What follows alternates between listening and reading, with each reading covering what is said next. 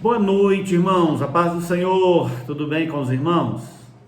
Então, meus queridos, estamos aqui mais uma vez reunidos para mais um estudo da Palavra de Deus. Nós demos início na terça-feira passada um novo estudo com o tema A Perfeita Vontade de Deus para Nós, baseada no capítulo 12 de Romanos, nos versículos 1 e 2. Vamos hoje dar continuidade e para nós iniciarmos o nosso estudo, eu quero convidar os irmãos a orar comigo ao Senhor. Querido Deus, eterno Pai, em nome de Jesus, teu Filho amado, nós oramos agradecidos por esta rica oportunidade. Que o Senhor nos abençoe nesta noite, que o Senhor, através do teu Espírito Santo, nos dê revelações profundas da tua vontade. Ajuda-nos a compreendermos a tua palavra e a pormos em prática em nossa vida. Agradecidos, oramos em nome de Jesus. Eu quero então convidar os irmãos a nós fazermos a leitura da palavra do Senhor no capítulo 12 da primeira carta, da carta de Paulo aos Romanos, versículos 1 e 2, diz assim: Rogo-vos, pois, irmãos, pela compaixão de Deus, que apresenteis os vossos corpos em sacrifício vivo, santo e agradável a Deus, que é o vosso culto racional. E não vos conformeis com este mundo, mas transformai-vos pela renovação do vosso entendimento, para que experimenteis qual seja a boa, agradável e perfeita vontade de Deus. Esse é o tema do nosso estudo, a perfeita vontade de Deus para nós. E vimos na última doutrina, no último estudo, que o primeiro tópico, e nós tiramos como tema do subtópico, a primeira vontade de Deus para nós é que nós anunciemos as suas virtudes. Baseamos esse tópico na primeira carta de Pedro, no capítulo 2, no versículo 9, que disse: Mas vós sois a geração eleita, o sacerdócio real, a nação santa, o povo adquirido, para que anuncieis as grandezas daquele que vos chamou das trevas para a sua maravilhosa luz. Se você está assistindo esse estudo pela primeira vez e não viu esse tópico, eu recomendo você a voltar no tópico passado, que tem esse tema, que anunciemos as suas virtudes. Hoje nós vamos dar continuidade. A segundo tópico a perfeita vontade de Deus para nós que sejamos santos, baseado no versículo 14 do capítulo 12 da Epístola aos Hebreus, que diz o seguinte: segui a paz com todos e a santificação, sem a qual ninguém verá o Senhor. Esse é o versículo 14 do versículo 12 de Hebreus, em que nós baseamos então o nosso tópico de hoje: que sejamos santos. Nós podemos, antes de iniciar, dar uma explicação sobre o conceito de santidade. O conceito de santidade bíblico é diferente do conceito de santidade que as pessoas não evangélicas entendem. E geralmente as pessoas de predominância católico romano entendem que por santo aquelas pessoas que já morreram e que o Vaticano as beatifica, ou seja, o Papa faz lá um ritual e torna aquela pessoa santa. Esse não é o conceito de santidade na Bíblia.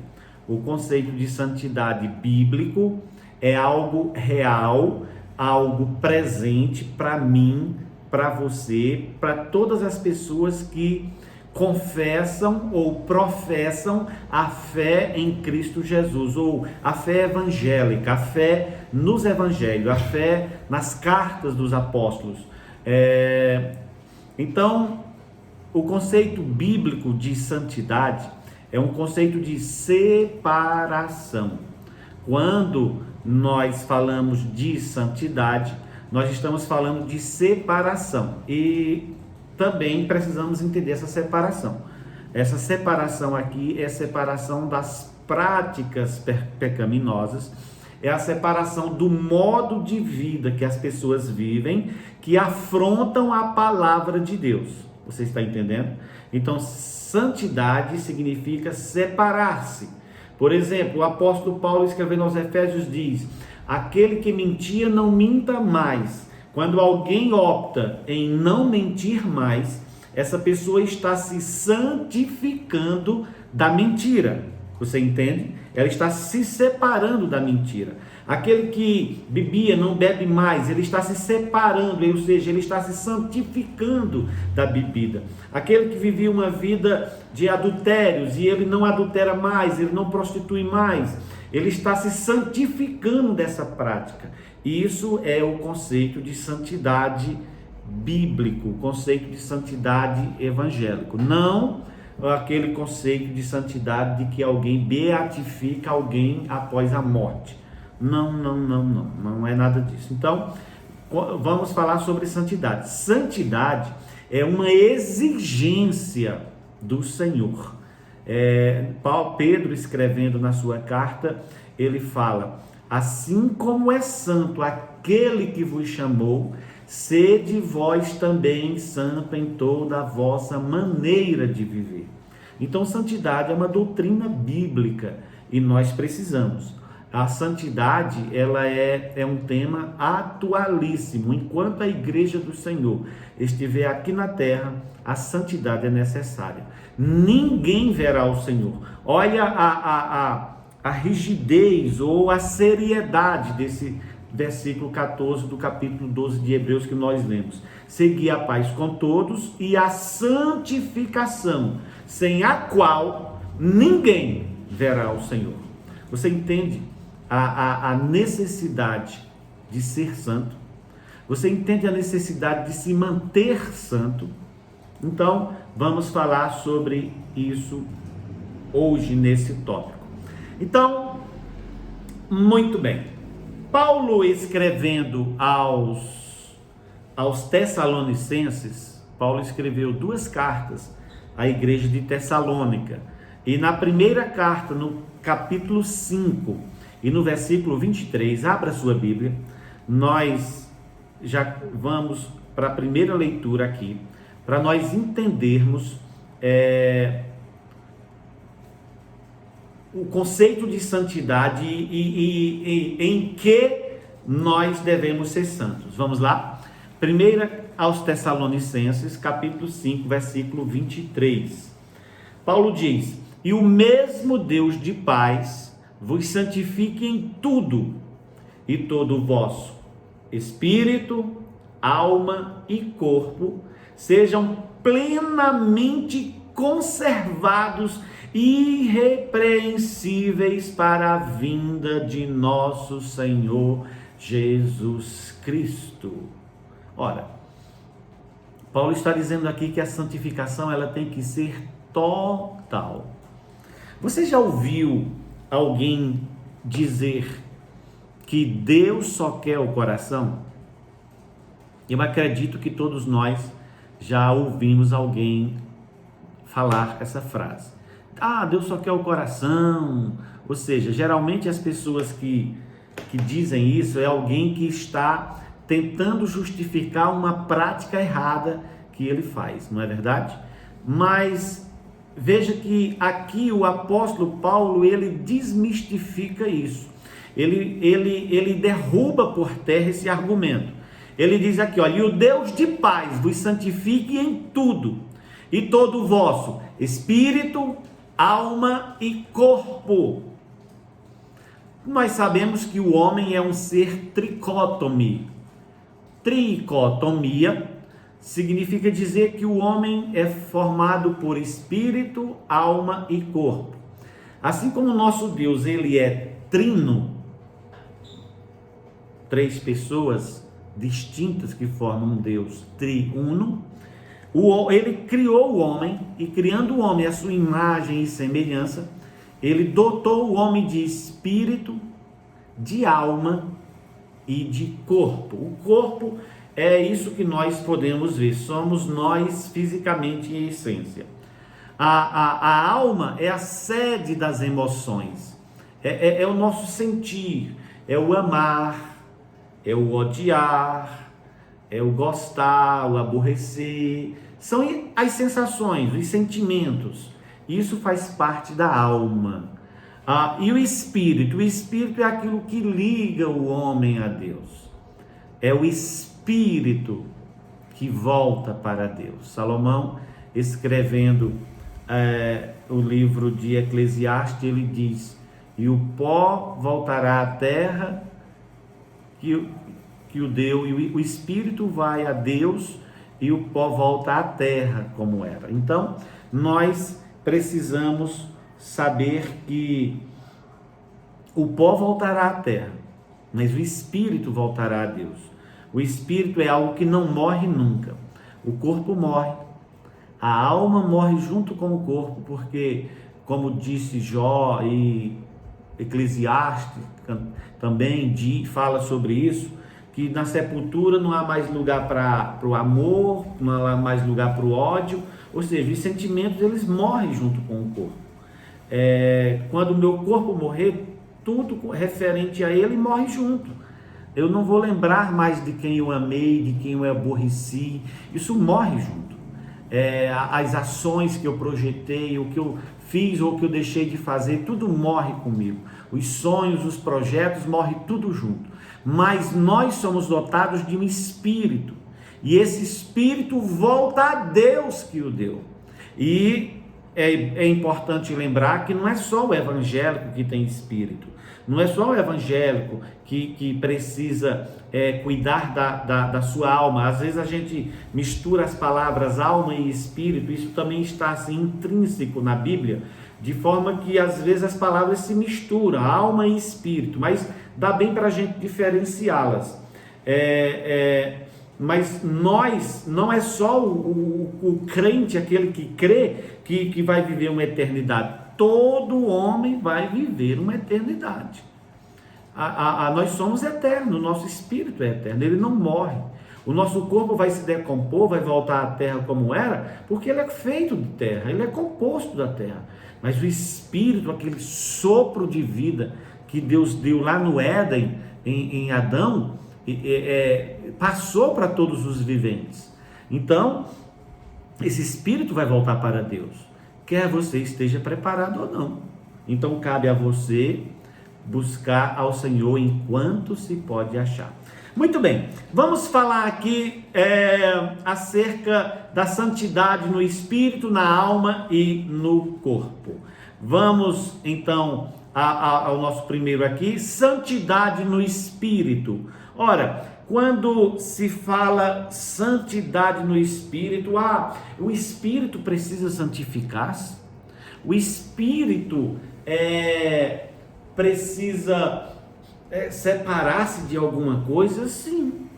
Ora, quando a Bíblia vem dizer que o Deus de Pai vos santifique em tudo, e todo o vosso espírito, alma e corpo sejam plenamente conservados santos até o dia da vinda do Senhor, então o nosso espírito peca sim.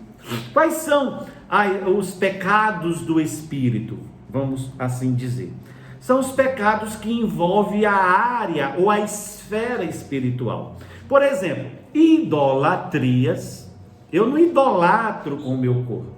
O meu corpo não tem desejo de buscar o espiritual. O meu corpo, ele tem sensações físicas. Eu sinto fome, eu preciso comer. Eu sinto frio, preciso me cobrir. Eu sinto dores, preciso me medicar. Eu sinto essas sensações fisiológicas, são coisas do corpo. E daqui a pouquinho nós vamos falar sobre os pecados do corpo. Mas agora nós vamos falar do espírito. Então, quando eu busco por algo espiritual, buscar a Deus através de ídolos, ou em vez de adorar ao Deus verdadeiro, eu crio um ídolo e ele agora é o meu Deus, e eu vou orar a ele, eu vou confiar nele, eu vou buscar nele a solução para os meus problemas. Isso é um pecado do espírito. Eu estou substituindo o Deus verdadeiro, o Criador, e colocando alguém no seu lugar. É um ídolo. Então isso são pecados do espírito. Os pecados do espírito são as idolatrias, as heresias. O que são heresias? Heresias são distorções da verdade, da palavra de Deus. Alguém criar normas, alguém criar doutrinas, alguém criar artifícios, mecanismos que façam com que a pessoa desvie a fé do alvo. Por exemplo, eu posso simplesmente, alguém está enfermo, eu posso simplesmente levar aquela pessoa a crer que Jesus o cura, como realmente cura, ou eu posso criar aqui algo, digamos aqui,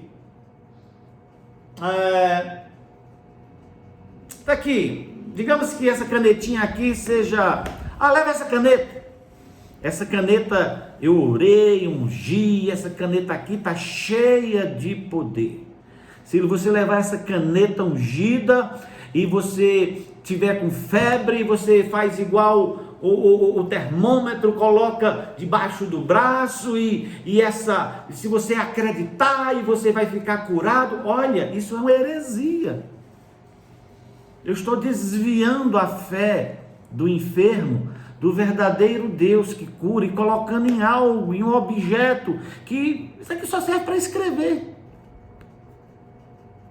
A função disso aqui, é para que foi feito, escrever. Você está entendendo?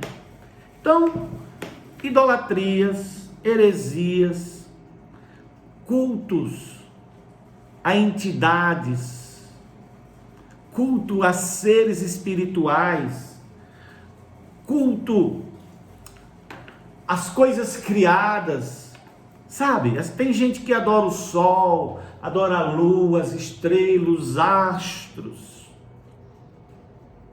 Você já viu falar de astrologia? Consultar os astros, ver o que o horóscopo diz. Isso é pecado. Ninguém pode desviar a fé do Deus genuíno. Quem acredita no Senhor, quem confia em Deus, os servos de Deus colocam a sua confiança unicamente nele. Idolatrias, heresias, cultos diversos que não sejam ao Deus verdadeiro, tudo isso são pecados do Espírito. E aqui a palavra de Deus nos diz, vamos ler a primeira referência, 1 Coríntios capítulo 12, versículo 2, abra a sua Bíblia por favor, não fique só me ouvindo, confere na sua Bíblia. Diz aí o versículo 2 do capítulo 12, vós bem sabeis que erais gentios, levado aos ídolos mudos, conforme éreis guiados. Isso aconteceu com a maioria de nós. Se você não teve a felicidade de nascer num lar cristão, num lar evangélico, onde os seus pais tiveram o privilégio de conhecer Jesus antes de você nascer, então você foi como eu, como a grande maioria. Nós éramos guiados aos ídolos mudos. Sabe, uma peça de arte que um escultor fez ou um pintor pintou, na sua grande maioria são peças bonitas porque é arte, mas não é Deus. Aquilo não é Deus, aquilo não representa Deus. O nosso Deus é vivo, real e está no céu. E Ele está mais do que no céu, Ele está dentro do coração daqueles que receberam o seu Filho Jesus como Salvador. Ele mora na pessoa que aceitou o seu Filho Jesus como Salvador, Ele mora nessa pessoa através do Espírito Santo. Então nós precisamos saber disso. Idolatrias, cultos a coisas criadas, a demônios, a espíritos, ocultismo, são tantas coisas que o nosso espírito se corrompia, e a palavra de Deus aqui está dizendo: santifique-se, e o Deus de paz vos santifique em tudo, e todo o vosso espírito tire de você. Se você crê em algo que não é unicamente o Senhor, isso é um ídolo. Não coloque a sua fé em coisas criadas pelos homens, ou em doutrinas demoníacas, ou mesmo doutrina de homens. Não coloque. Coloque a sua fé única e exclusiva no Senhor Jesus, e você será vitorioso. Amém? Santifique-se disso. Santifique-se, porque sem santificação ninguém verá o Senhor, é o que diz a palavra de Deus. Vamos agora para a santidade na alma. Nós vimos santidade no espírito, vamos ver santidade na alma. Eu falei aqui no início que a alma é a sede das emoções, os nossos pensamentos, sabe? Isso faz parte da nossa alma.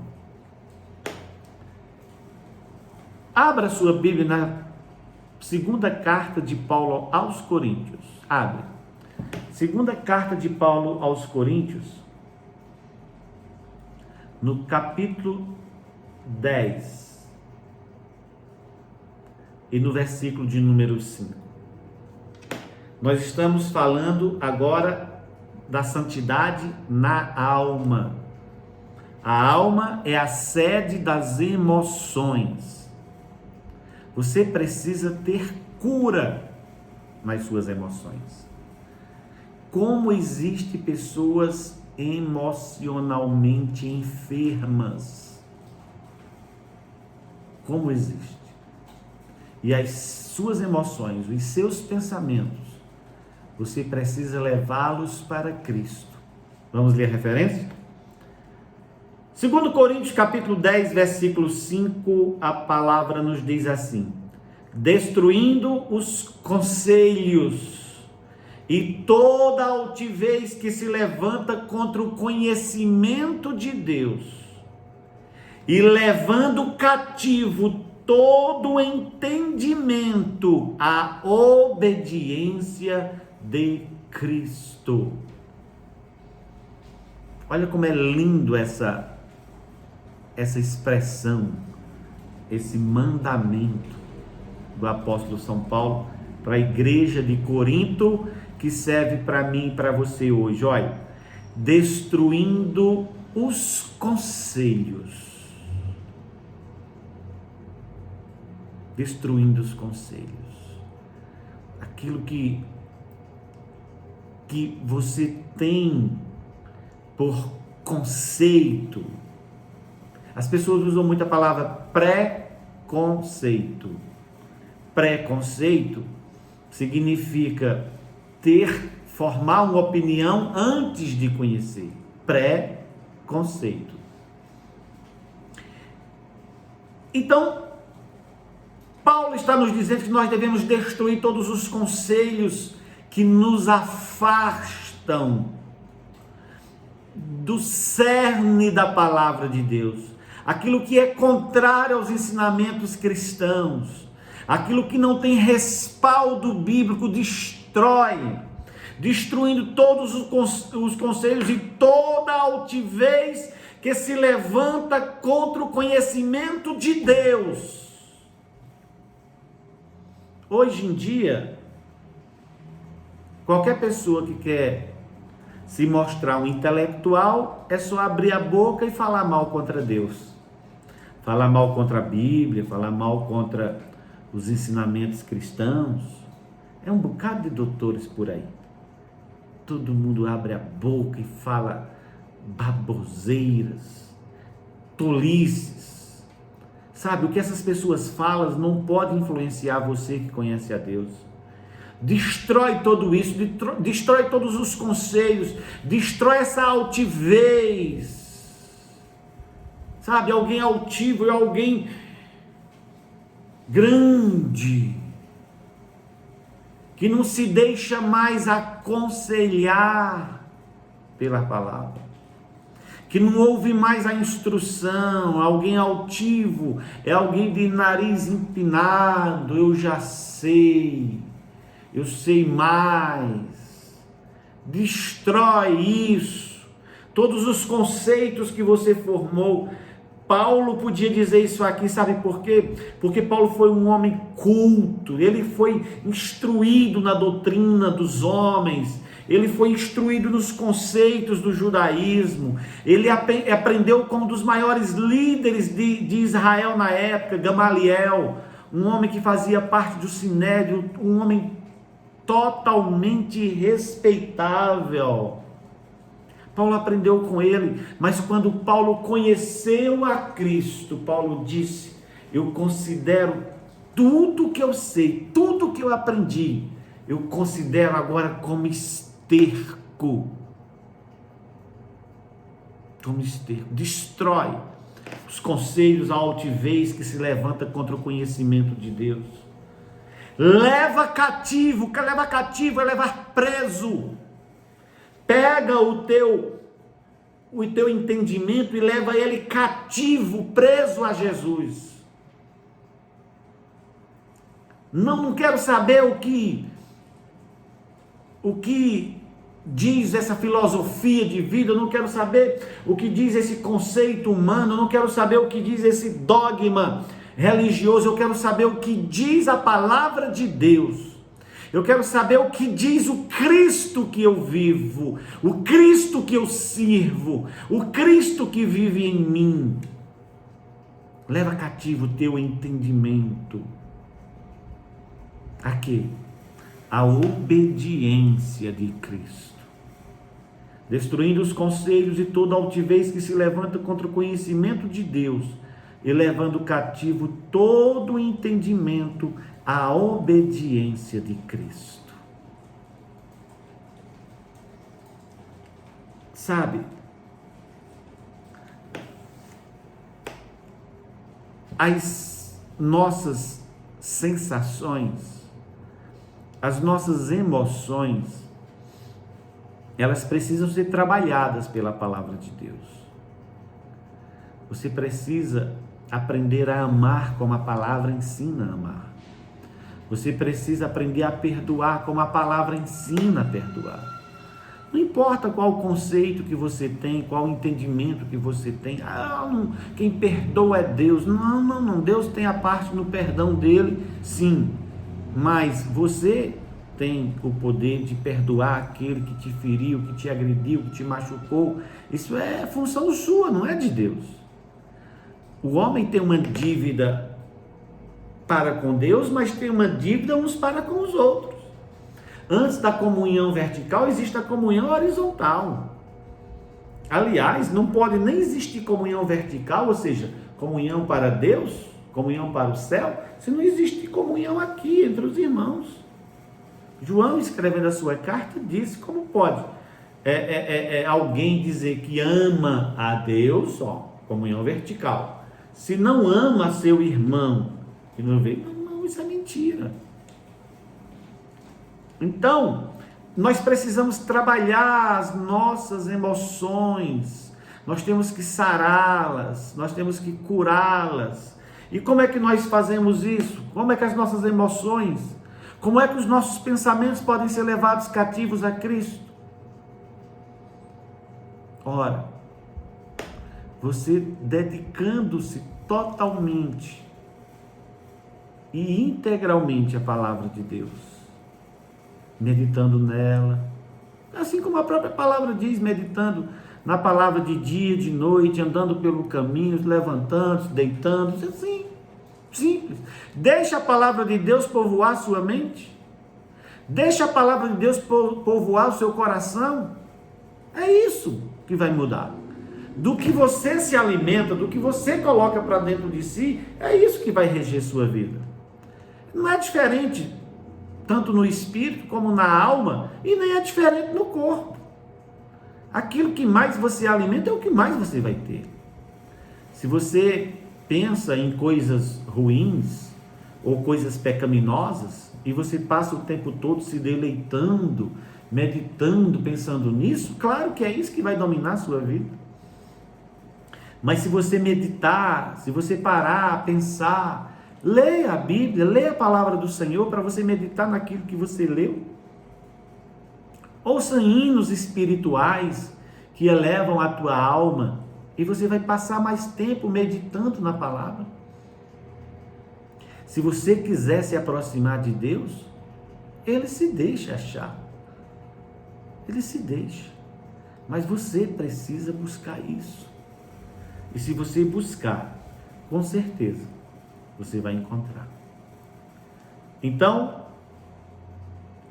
santidade em todo o nosso modo de viver, e o Deus de paz vos santifique em tudo, e todo o vosso espírito, alma e corpo sejam plenamente conservados santos até a vinda de nosso Senhor Jesus Cristo. Já falamos de santidade no espírito, que os pecados do espírito são idolatrias, heresias, culto a diversas coisas, ou a espíritos, ou a coisas criadas. Santidade na alma, as nossas emoções, os nossos pensamentos. Eu me lembro de Martinho Lutero, e ele falando acerca dos pensamentos, e os pensamentos são difíceis de serem controlados. E Martinho Lutero, falando acerca disso, falou que ele disse: eu não posso evitar que os pássaros voem sobre a minha cabeça, mas eu posso evitar que eles pousem e façam ninho. Olha que coisa tremenda. O que ele está dizendo para nós basicamente é: eu não controlo os pensamentos que vêm na minha mente, mas eu posso controlar se eu fico pensando neles ou não. Você entende? Quando um pensamento ruim vier na sua mente, você pode deleitar-se nele e ficar horas e horas meditando naquilo, ou você pode, na mesma hora, repreender. Está repreendido em nome de Jesus, sai em nome de Jesus, sei lá como é que você faz, ou muda o pensamento, pensa noutra coisa. Então, há essa possibilidade, vai exigir um pouco de esforço de cada um de nós. Aliás, o reino dos céus é tomado por esforço, disse o Senhor Jesus. Vamos então falar sobre a santidade no corpo.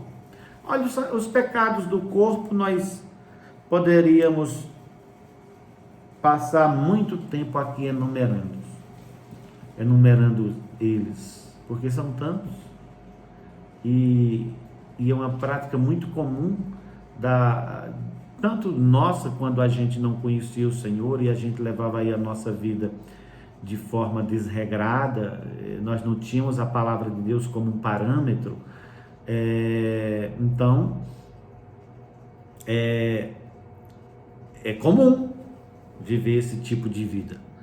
Mas os pecados no corpo são muitos. Pecados na esfera sexual, são tantos. Vícios, não é? São tantas coisas. Tudo que a gente comete no corpo prostituição, adultérios, são tantas coisas, vícios, drogas, álcool, tantas coisas que nós praticamos, que nós não cabe nem a gente enumerar, porque os pecados são diversos, mas nós precisamos nos santificar disso. Vamos ver o que a palavra nos diz? Abra a Bíblia na primeira carta aos Coríntios, no capítulo 3, e no versículo de número 17, vamos lá?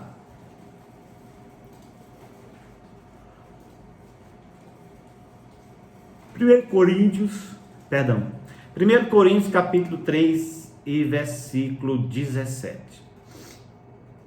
Ora, você sabe que quando você creu em Jesus como Salvador, você passou a ser um templo aonde o Espírito Santo habita. Nós sabemos que Jesus, ele não habita em templos feitos por mãos de homens. Por mais bonito que seja a igreja, por mais lindo que seja a sua ornamentação, por mais caprichado que seja tudo, não. Aquilo é um lugar separado, dedicado e consagrado a Deus, sim. Tem o seu valor, sim. Mas Deus não habita lá. Deus não habita no templo. Deus habita nas pessoas. Então, quando você recebeu a Jesus como Salvador, você tornou-se um templo do Espírito Santo. E Deus cuida muito com relação a esse templo. Eu e você precisamos tomar cuidado, porque o nosso corpo, ele é o templo do Espírito Santo. E Deus não aceita que eu faça do meu corpo o que eu quero fazer. Porque eu não sou meu. Olha que coisa tremenda. Nós vamos entender isso já já. Vamos ler primeiro essa referência aqui. 1 Coríntios capítulo 3, versículo 17, diz assim: se alguém destruir o templo de Deus, Deus o destruirá. Porque o templo de Deus que sois vós é santo. Você entendeu? O templo de Deus, que é você, que sois vós, é santo.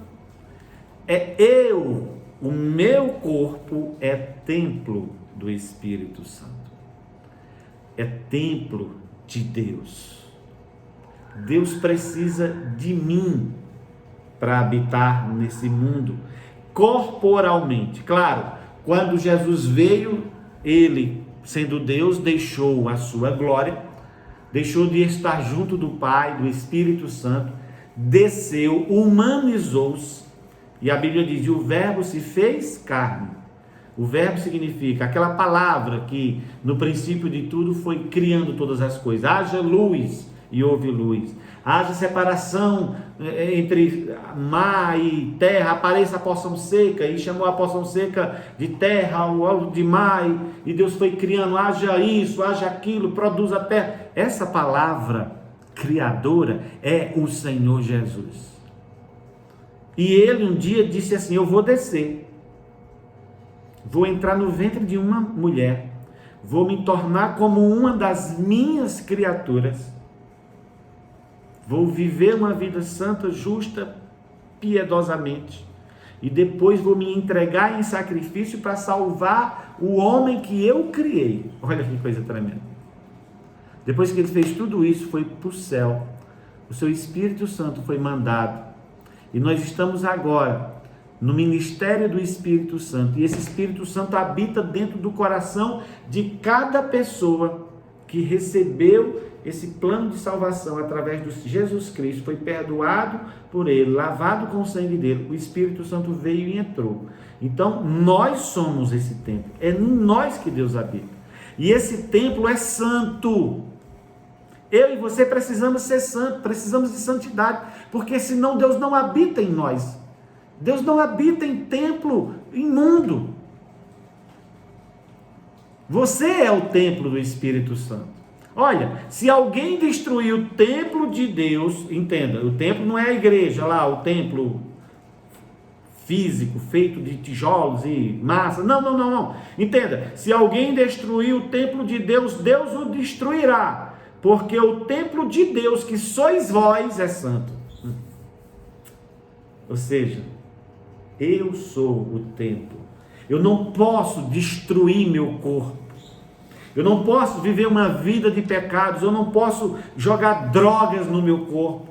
Eu não posso usar meu corpo para fazer coisas que desagradam ao Espírito de Deus. Eu não posso. Se eu destruir o meu corpo, Deus vai me destruir, porque eu tenho que ser santo, porque Ele habita em mim.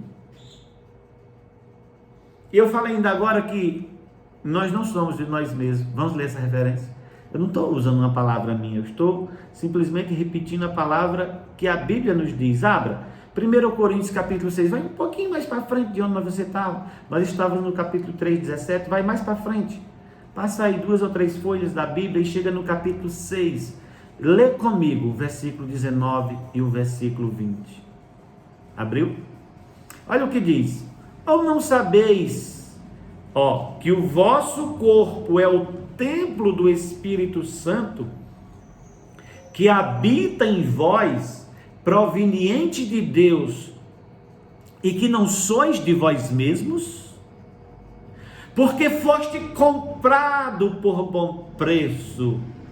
Glorificai, pois, a Deus no vosso corpo e no vosso espírito, os quais pertencem a Deus. Ou não sabeis que o vosso corpo, esse corpo que você tem aí não é seu.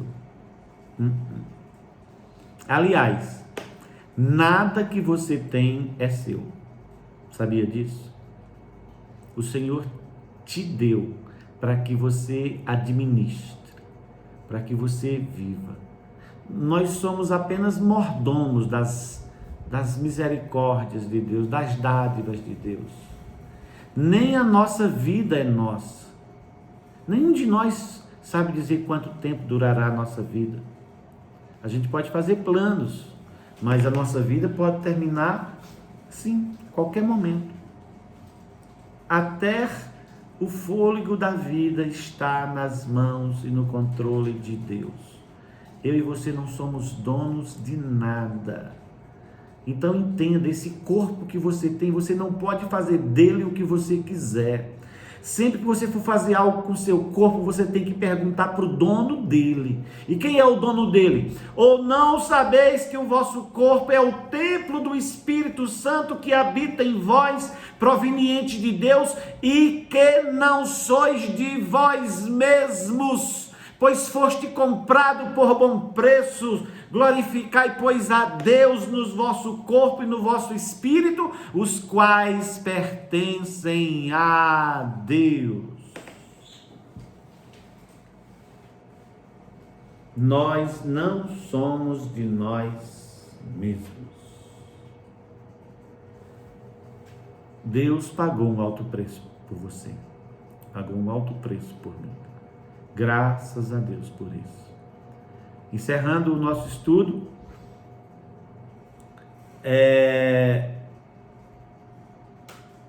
com um versículo que Paulo escreveu a Tito, capítulo 2, versículo 14, falando sobre santidade.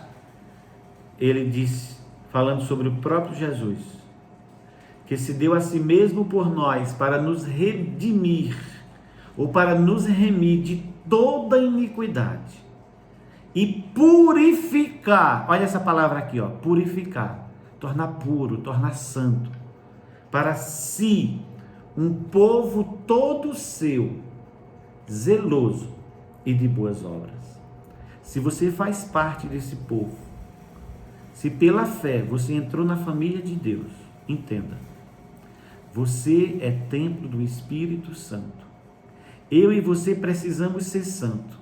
Como é santo aquele que vos chamou, sede vós santos em todo o vosso procedimento, ou em toda a vossa forma de viver. A referência aqui de 1 Tessalonicenses 5:23, que deu para nós aqui base, para nós falarmos sobre espírito, alma e corpo, diz: e o mesmo Deus de paz vos santifique em tudo, e todo o vosso espírito, alma e corpo sejam plenamente conservados, irrepreensíveis, ou seja, que não há repreensão, para a vinda de nosso Senhor Jesus Cristo. Amém, meus queridos? Deus abençoe os irmãos, Deus abençoe você, Deus abençoe sua casa, Deus abençoe sua vida, em nome de Jesus. Vamos orar? Senhor, te louvo, te glorifico pela palavra que acabamos de falar. Obrigado, que teu Espírito Santo possa nos orientar, nos ajudar a sermos santos em todo o nosso modo de viver. Que nós sejamos irrepreensíveis no espírito, na alma e no corpo. Que o Senhor nos conserve para si mesmo. Obrigado. Em nome de Jesus nós oramos agradecidos. Amém. Deus abençoe os irmãos, Deus abençoe você, Deus abençoe sua casa, Deus abençoe sua vida, em nome de Jesus.